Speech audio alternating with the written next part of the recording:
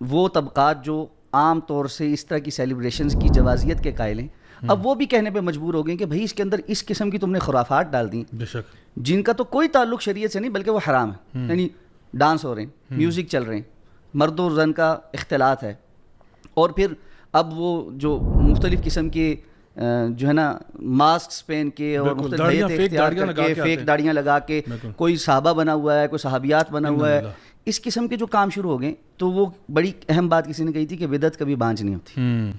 جو چیز آپ کتاب و سنت سے ہٹ کر کریں گے، رسول اللہ صلی اللہ علیہ وسلم کی زندگی سے ہٹ کر کریں گے، وہ نئی نئی چیزوں کو پروڈیوس کرے گی، وہ کبھی بھی کہیں رک نہیں سکتی. بلکہ شیخ صاحب ابھی کچھ عرصہ پہلے کی بات ہے، انہوں نے کوئی پری نما عورت، وہ اس کو نا سفید کپڑے پہنا کے بھی اس کو بھی پریڈ کروا دیا. مطلب انسان دیکھتا ہے، کامن سینس رکھنے والا شخص جو ہے، جو واقعی نبی سے محبت کرتا ہے، وہ جب یہ چیزیں دیکھتا ہے تو واقعی میں اس کو سمجھ میں نہیں آتا کہ یہ کون سی محبت ہے جس کا ہم اظہار کر رہے ہیں.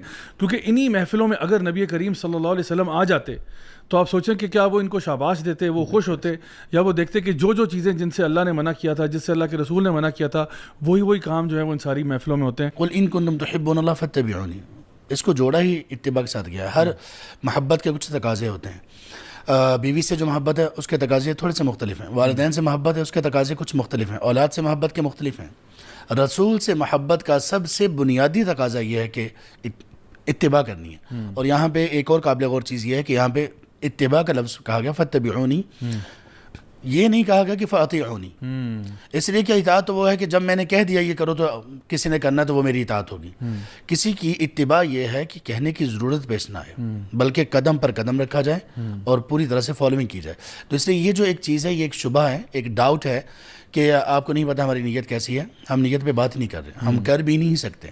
نیت کے بارے میں ہم ابھی بھی کسی کو جو سیلیبریٹ کر رہے ہیں ہم کہتے ہیں سب کی نیت اچھی ہے.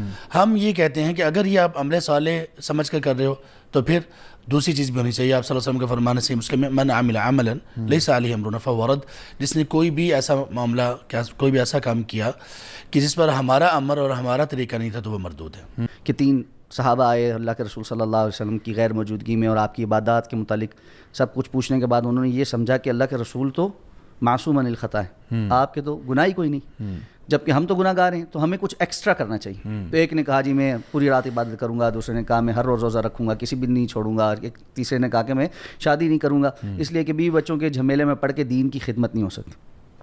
جب رسول اللہ صلی اللہ علیہ وسلم تشریف لائے اور ان کو یہ ساری بات پتہ چلی تو آپ نے لوگوں کو اکٹھا کیا، خطبہ ارشاد فرمایا اور آپ نے فرمایا میں تم میں سب سے زیادہ اللہ سے ڈرنے والا ہوں، اور میں رات کو سوتا بھی ہوں اور جاگتا بھی ہوں، میں روزہ رکھتا بھی ہوں اور کسی دن چھوڑتا بھی ہوں، اور میں نے شادیاں بھی کر رکھی. پھر آپ نے فرمایا جس نے میرے اس طریقے سے ہٹ کر بے رغبتی اختیار کیا، یعنی فمن رغب عن سنتی، جس نے کوئی اور راستہ اختیار کیا فلیس منی، اس کا پھر مجھ سے تعلق نہیں. رسول اللہ صلی اللہ علیہ وسلم کے ساتھ تعلق کا مطلب تو یہ تھا جہاں عبادات ہیں وہاں صرف یہ دلیل ہے کہ اللہ کے رسول نے کیسے کیا ہے، اس سے آگے نہیں ہم جا سکتے. اس کی ضمن میں ایک چیز اور بھی سمجھانا چاہتا ہوں، ہمارا ایمان ہے اللہ کو راضی کرنے کے جتنے طریقے عبادت کے طور پہ ہو سکتے تھے وہ سب اللہ تعالیٰ نے اپنے نبی کو بتائے. بے شک رسول اللہ صلی اللہ علیہ وسلم نے کر کے اپنے صحابہ کو دکھائے اور سکھائے اور صحابہ نے اس پر عمل کیا. اس لیے اہل السنہ والجماعہ کے ہاں یہ اصول ہے کہ ہر وہ عبادت جس کو صحابہ نہیں جانتے تھے وہ بدعت ہے.